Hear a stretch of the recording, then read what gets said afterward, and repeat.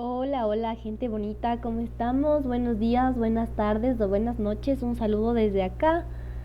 Estudiando para pasar micro, salvando micro o cómo vamos. Bueno, este es un video introductorio para la materia o la cátedra de microbiología, que espero que puedan disfrutar todos y todas. Es una de mis materias favoritas. En este video voy a hablar acerca de la importancia de la microbiología en la carrera de medicina. ¿Por qué? ¿Cómo? ¿Cuándo? ¿Para qué estudiamos microbiología? ¿Y cuál va a ser su importancia? Entonces, vamos ahí. Para esto les voy a pedir que porfa se suscriban a este canal, que es del de Amanda Narváez, que soy yo. Me pueden seguir en mis redes sociales si es que quieren tener este contenido a la mano. Estoy como @manitolsalado, donde pueden encontrar también algunas fotografías interesantes sobre los medios de cultivo. Y me pueden encontrar para clases personalizadas en mi Facebook o en cualquiera de mis redes sociales. Me escriben nomás y las clases a las órdenes. Bueno, empecemos. Es importante como clave de cualquier materia que entendamos para qué sirve la microbiología. O sea, estudias, por lo menos sé que en la mayoría de las universidades se dan 2 cátedras, microbiología 1, microbiología 2, y en las 2 te lees como 4 literaturas para poder entender el Murray, el Jawetz, entre otros, y nada que ver. O sea, no tienes como el propósito muy claro de por qué estás viendo microbiología.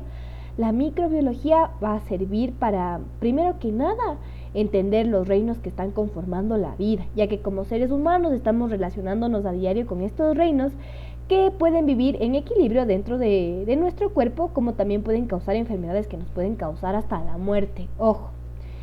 Entonces, ¿para qué voy a estudiar la microbiología? La microbiología se estudia principalmente porque necesitamos encontrar las características de todos estos reinos, ¿ya? O sea, no me sirve de nada conocer toda mi célula si quien principalmente va a estar causando enfermedades son las células de otros reinos y no las conozco. Entonces estudiamos microbiología porque desde el enfoque médico necesitamos un tratamiento, ¿ya? ¿Y de qué me sirve la microbiología en mi carrera como médica, médico, médique? Ojo, aquí somos súper inclusivos en este canal. Esto me va a servir para controlar a estos organismos y conocer sus debilidades. Entonces es por eso que la microbiología brinda un enfoque hacia los virus, bacterias, hongos y parásitos para brindar un tratamiento adecuado. Entonces, eso nomás. Aquí les dejo todo lo que les acabo de decir, que es parte de la introducción. Si lo quieren copiar, si quieren plantearse metas para esta materia que es algo pesadita, lo pueden hacer. Yo me planteé metas, esta era una de mis materias favoritas, así que les dejo un poco de la introducción que les hablé al principio para que ustedes puedan plantearse qué es lo que principalmente quieren dominar, porque a mí me encanta la biología. Entonces me gusta mucho más la microbiología porque aprendes a hacer diagnósticos de las enfermedades que vas a ver, porque cada bacteria, virus, hongo produce una enfermedad. Entonces tú vas a ver cómo hacer el diagnóstico, si es que esta se puede cultivar o no se puede cultivar. Entonces, antes de meternos en el mundo del diagnóstico y de la medicina, nos encontramos con una imagen súper interesante que es la del árbol filogenético de la vida. Ojo por ahí, si es que no cachan este gráfico, les recomiendo que vayan a ver. Tengo yo en mi página un Google Drive donde está el sistema de organización de la vida, donde está todo cómo se organiza la vida, desde el quark, leptón, protón, átomo, y todo, para que ustedes puedan organizarse bien en este árbol filogenético de la vida y que puedan cachar qué es lo que van a ver. Porque iniciaremos con las bacterias en otro video, desde luego. Este solo es un video introductorio de la microbiología. Entonces, es importante que cachemos la complejidad de la microbiología. ¿Y a qué me refiero con la complejidad? Ya que la microbiología médica actúa desafiando los límites de la imaginación.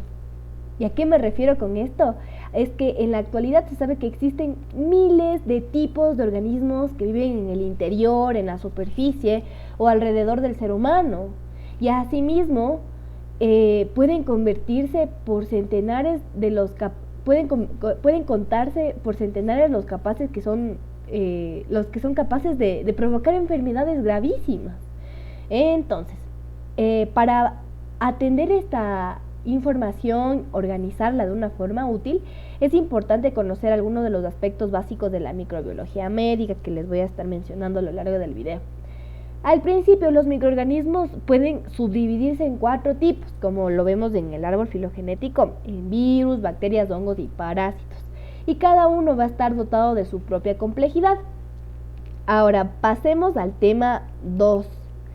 Este tema 2 nos invita a investigar un poco del vocabulario. Son palabras básicas que las hemos visto desde la escuela, que principalmente cómo se divide la célula en procariota, eucariota y cómo están organizados tantos estos grupos celulares, unicelulares, pluricelulares, y como todo microorganismo, como toda célula que tiene vida, cumple un ciclo. Si se reproduce, no se reproduce, si tiene una reproducción sexual o asexual.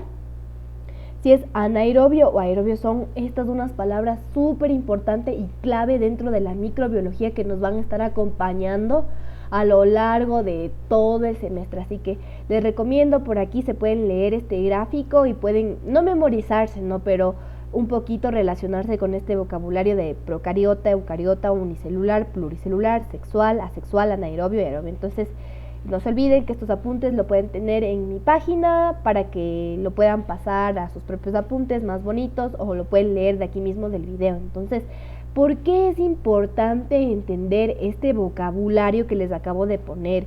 Porque, pregunta de examen, en los exámenes principalmente nos van a estar haciendo clasificar a cada uno de estos reinos. ¿De qué manera? Por ejemplo, ¿qué es un virus? Cuando nos dicen normalmente qué es un virus, uno puede responder con sus propias palabras, que son microorganismos que causan enfermedades. Pero nosotros estamos siguiendo una cátedra de microbiología, entonces debemos clasificar a los virus como organismos procariotas, organismos que pueden tener envoltura o no pueden tener envoltura, que necesitan de células huésped para su replicación, es decir, que ellos poseen la maquinaria para la replicación. ¿Verdadero o falso? Les dejo esa pregunta. Poseen ADN o ARN, que puede ser monocatenario, bicatenario, tanto ADN como ARN. Entonces, igualmente, si es que la pregunta llegara a ser ¿qué es una bacteria? Una bacteria es un organismo procariota, unicelular, sin membrana, puede ser anaerobio o aerobio, que puede tener pared celular. Esta pared celular se puede dividir en gram positiva o gram negativa, que el mundo de las bacterias es re interesante. Espero poder iniciar ya con los videos de bacterias los próximos días que vengan. Y hay muchas especies y subespecies de bacterias. Entonces, por aquí una pregunta. Para poder brindar un tratamiento a un paciente que se encuentra en una infección bacteriana, ¿utilizaremos antibióticos? ¿Verdadero o falso? Les dejo esa pregunta abierta. Y pueden responder en los comentarios tanto de la del virus como la de la bacteria. Bueno, y finalmente, los hongos y los parásitos. Hablemos un poquito de la clasificación de los hongos. Los hongos son eucariotas que pueden tener reproducción sexual o asexual. Son unicelulares en la forma en la que son levaduras y pluricelulares que pueden ser como los mohos que les vemos en el arroz, por ahí. ¿Qué es un parásito? Un parásito es un microorganismo eucariota que es unicelular, pluricelular o pluricelular, que tiene reproducción sexual y asexual. Entonces, súper interesante el reino, o sea, las características principales que tú puedes denotar, tanto de la clasificación de los reinos que vimos en la primera imagen del árbol filogenético. Bueno, a continuación les voy a presentar un vocabulario que igual es de extenso. Hay bastantes palabras que son importantes que reconozcamos dentro del mundo de la microbiología, porque cuando las escuchamos en los diferentes casos clínicos, en las lecturas, sobre todo en la literatura de Murray, vamos a encontrar un montón de palabras que son no dificilísimas de entender, pero que deberíamos relacionarnos y que deberíamos utilizar en la terminología médica. Por ejemplo, en la evolución del microbioma y la flora normal existe un mundo entero. O sea, nosotros tanto dentro como fuera de nosotros somos un montón de bacterias y microorganismos, y es lo más interesante porque si es que nosotros no fuéramos bacterias o no estuviéramos rodeados de bacterias, nos enfermaríamos un montón. Y aquí le atribuyo a un experimento científico o a los montones de experimentos científicos como el de Anton van Leeuwenhoek cuando examinó en sus lentes de microscopio un montón de animálculos que que los vio en el microscopio y pudo clasificar en géneros y especies. Entonces es súper interesante cómo podemos relacionarnos gracias a estos vocabularios a los experimentos que han habido a lo largo de la historia. Entonces, el más interesante es el del microbioma humano. Este es súper interesante porque ese no solo nos habla de que todos los cuerpos son diferentes, pero compartimos ciertas bacterias, ciertas genéticas de nuestro cuerpo, compartimos tanto de la saliva, pero la más diferente hasta de lo que había leído es la vaginal, que creo que es la que más microbiota tiene y es como súper diferente. Entonces, y la que más bacteria tiene, pero es la más limpia. Entonces, por ahí una chiqui reflexión y un chiqui dato interesante. Entonces, este vocabulario es súper importante para que podamos entender toda la lectura que vamos a hacer con respecto a la microbiota como tal, porque la microbiota en sí es la comunidad de los microorganismos que van a estar tanto fuera y dentro de nosotros. Y que a largo plazo vamos a leer un montón de que si no tenemos una abertura en nuestra piel, en nuestro organismo, las bacterias no van a poder entrar. O sea, ¿cómo estamos sanos si es que tenemos microorganismos afuera y adentro de nuestro cuerpo? Entonces es como una reflexión bien interesante esta de la microbiota. Vamos a tener lo de la flora normal. No sé si ustedes por ahí se entienden que en este vocabulario están un montón de cosas que leemos en el yogur. Entonces por ahí una mnemotecnia chévere para que se puedan acordar y que puedan saber hasta incluso lo que ustedes están consumiendo. Aparecen un montón de propagandas hoy en día que te hablan de la microbiota normal, que dale probióticos a tu microbiota, prebióticos, la diversidad taxonómica, y hay un montón de palabras que como médicos deberíamos estar relacionados. Entonces les dejo este vocabulario que es muy interesante y que léanselo por favor para que se les quede en la cabeza y que puedan por favor enfrentarse al montón de lecturas que se vienen a lo largo del semestre. Ahora, como segundo punto tenemos a los postulados de Koch. Los postulados de Koch nos van a ayudar ¿por qué son importantes? Primero que nada, porque ni el de los de la teoría celular nos grabamos, peor el de los postulados de Koch. Los postulados de Koch son súper importantes porque gracias a esto vamos a poder identificar si es que nos estamos enfrentando a una infección bacteriana, a una infección como tal, ¿ya? Porque bueno, hoy en día ya podemos saber si es que es un virus o una bacteria o un hongo, pero ¿cómo sabemos si es que esta es una infección que puede estar atacando a poblaciones? Entonces, hay 4 postulados de Koch que son re importantes. Ahí me he saltado un número, pero bueno, continuemos. El primero el patógeno debe estar presente en el hospedador enfermo. O sea, que digamos que tenemos una vaquita que esté enferma y nosotros recolectamos una muestra de esa vaquita y la bacteria el microorganismo que esté atentando con la vaquita tiene que estar ahí, en lo que sea que nosotros diagnostiquemos. Segundo, el patógeno puede ser aislado en cultivo puro desde el hospedador enfermo. Entonces, ¿qué significa esto? Esto significa que nosotros dentro de la microbiología tenemos un montón de maneras de diagnosticar la enfermedad.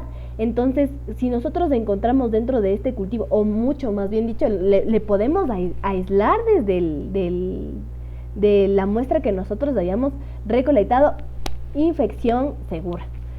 El tercero, ahí me he confundido, les pido una disculpa enorme, pero el tercero es el patógeno causa enfermedad cuando es inoculado en un hospedador sano. Entonces, ¿qué queremos decir con esto? Nosotros sacamos de nuestra muestra, vemos el patógeno que está afectando.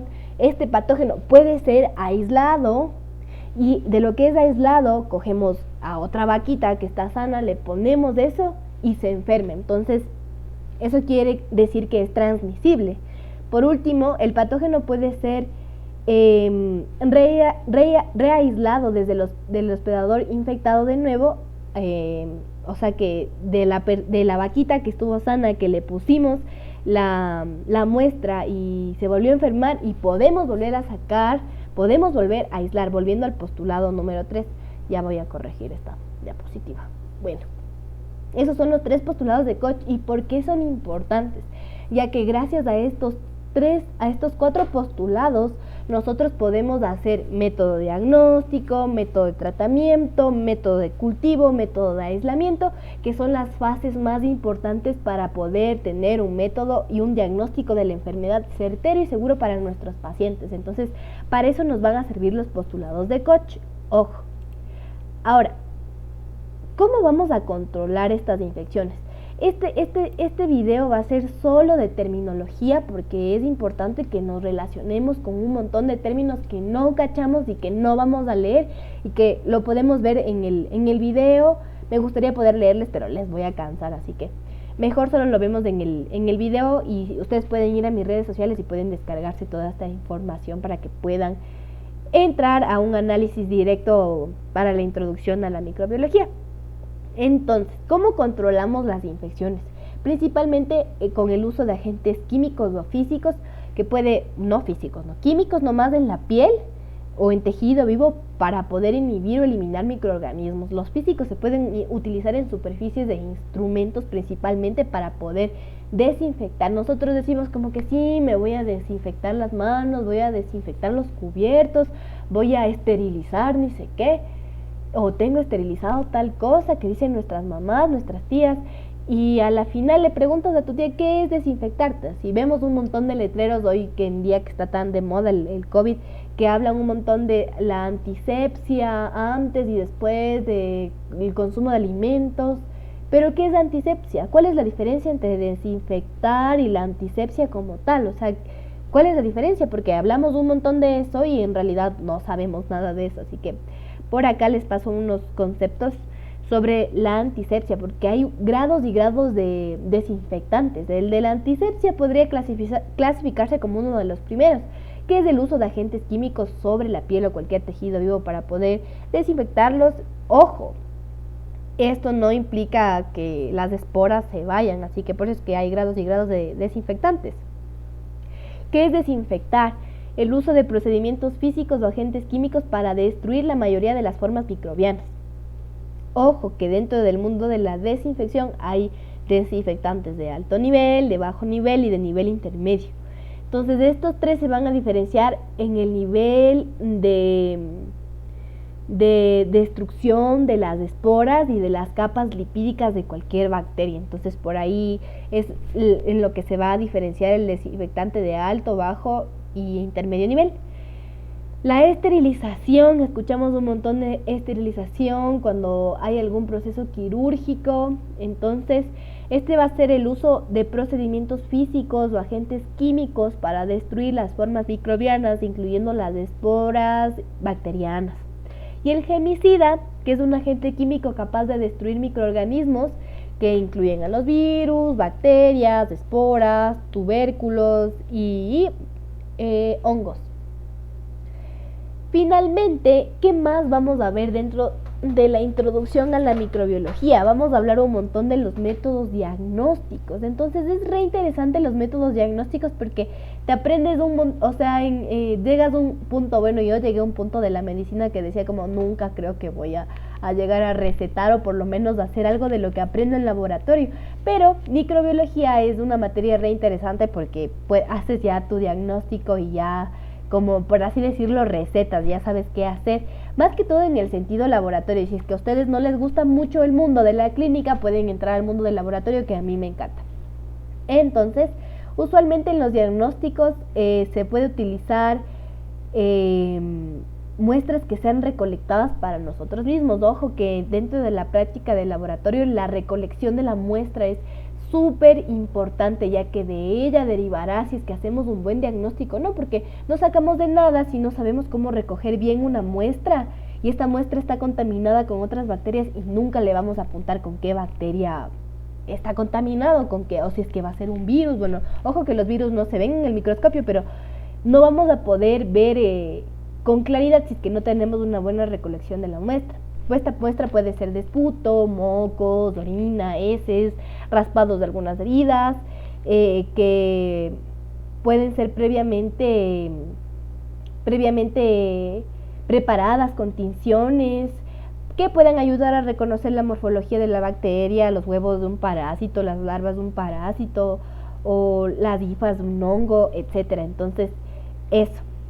Dentro de los métodos diagnósticos vamos a hablar acerca de las tinciones que nos sacan el aire en histología hablando de las tinciones, y aquí también nos van a sacar el aire hablando de las tinciones, sobre todo la tinción Gram, que creo que es la más chévere, y que si es que tienen la oportunidad de hacer de una tinción Gram, aprovechenla. Entonces vamos a ver un montón de tinciones, entre ellas la Gram, la hematoxilina férrica, la metanamina de plata, que bueno, yo no la hice, de las que he tenido la oportunidad de hacer es la tinción Gram, la tinción de hematoxilina férrica, la tinción de azul de toludina.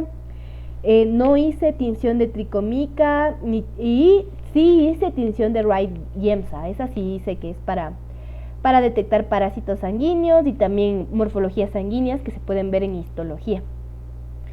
Ahora, el asunto de teñir es también poder enfocar y ver en el microscopio, porque teñimos justamente para ver en el microscopio. Ojo que en algunos parásitos que poseen su propia coloración, no recuerdo cuál era el término de cuando un parásito tiene su propia coloración, pero la microscopía, el objetivo de poder teñir es que podamos ver la morfología y que podamos identificar a qué bacteria nos estamos enfrentando, en este caso si es que es una bacteria Gram positiva o Gram negativa. Entonces, así como existe la microscopía de campo claro, también existe la microscopía de campo oscuro. Microscopía de contraste de fases, microscopía fluorescente, microscopía eléctrica. Entonces ustedes me van a preguntar, ¿para qué hay tanta microscopía? Si solo con la microscopía de campo claro ya podría haber cualquier cosa. Claro que sí, pero por ejemplo, vamos a tener algunas espiroquetas, que ojo, en tinción Gram no la vamos a poder ver. No se ve casi en ninguna tinción las espiroquetas, entonces ahí vamos a necesitar otro tipo de microscopía que nos ayude a ver de mejor manera, como la de la fluorescente o la electrónica, donde podemos ver las espiroquetas, que son principalmente de Treponema pallidum, que es el principal autor de una enfermedad de transmisión sexual, que es la sífilis. Entonces para eso nos va a servir la variedad de microscopías. Ahora sí, entonces, ahora vamos a la segunda. Me encanta a mí el laboratorio de micro, porque hay los medios de cultivo, creo que es lo más interesante y lo más difícil de hacer, pero es lo más chévere. Entonces, a los medios de cultivo le vamos a brindar un video absoluto solo para medios de cultivo, porque existen no selectivo, selectivo diferencial y especializado. Pero la pregunta es, ¿por qué es no selectivo? ¿Por qué es selectivo diferencial? ¿Por qué es especializado? ¿Cuál es el marcador de pH de cada uno de estos agares que estamos visualizando? ¿Cuál es el método diferencial? Hay un término específico para los medios de cultivo que no recuerdo en realidad, pero les voy a seguir mencionando los no selectivos o también enriquecidos. Los que yo he podido apreciar en mis prácticas son agar sangre, agar chocolate, agar Müller-Hilton, el caldo de tioglicolato, el agar de exosa de Saburoud. Los que son selectivos diferenciales, igual pude trabajar con McConkey, trabajé con manitol salado, también trabajé con silosalicina desoxilato, no trabajé con el medio de Lowenstein Jensen, agar Middlebrook, cromo agar, creo que sí trabajé con cromo agar inhibidor de hongos filamentosos, también sí trabajé. Y de los especializados, creo que trabajé con sorbitol McConkey, agar sacarosa, sales biliares de tiosulfato y citrato y algunos más. Pero pienso dedicarle un video en completo a los medios de cultivo, porque sí es largo. Finalmente, los métodos de diagnóstico que lo podemos utilizar, estos son de diagnóstico molecular. Para los que no se acuerdan de biología celular y molecular, pues es importantísimo que aprendamos bien el laboratorio de biología celular y molecular, porque ahí aprendimos a hacer electroforesis, hicimos también ejercicios de polimorfismos de longitud de fragmentos de restricción, hicimos detección y amplificación y secuenciación de ácidos nucleicos, y pudimos diferenciar Southern-Blot, Northern-Blot, PCR, reacción a la cadena polimerasa en PCR y la PCR en tiempo real, que son ejercicios loquísimos de la biología celular y molecular que nunca pude aprender, pero en la página de NCBA, si es que ustedes quieren repasar por ahí cómo hacer un primer y etcétera, lo pueden hacer. Y por último vamos a los diagnósticos serológicos, que nos van a servir un montón en los virus, así que pilas ahí con los diagnósticos serológicos, que pueden dividirse, ¿no? Que principalmente está enfocado en los anticuerpos, que se pueden utilizar como herramientas sensibles y específicas para detectar e identificar y cuantificar los antígenos de un virus, una bacteria o un parásito. Entonces, ojo ahí, reconozcamos que es un antígeno y un anticuerpo. Pregunta de examen. ¿Y cuáles son los principales ejemplos de diagnóstico serológico? Puede ser el ELISA, las pruebas de cromatografía y los exámenes de antígeno y anticuerpo, que son más específicos. Ojo que el ELISA se utiliza principalmente para poder diagnosticar las primeras fases de el estadio 1 de la primera fase del virus de inmunodeficiencia humana. Y las pruebas de cromatografía existen desde las pruebas de embarazo, en pruebas cromatográficas, las pruebas de, también si no me equivoco, existe de VIH, existe de coronavirus, si es que alguna vez le sacaron un poquito de sangre de su dedo y vieron que se tenía una liñita, 2 liñitas. Estas son un tipo de pruebas cromatográficas que están dispuestas a la detección de los anticuerpos que pueden existir dentro de su grupo sanguíneo. Y eso es todo, espero que les sirva un montón y estudien microbiología. Gracias.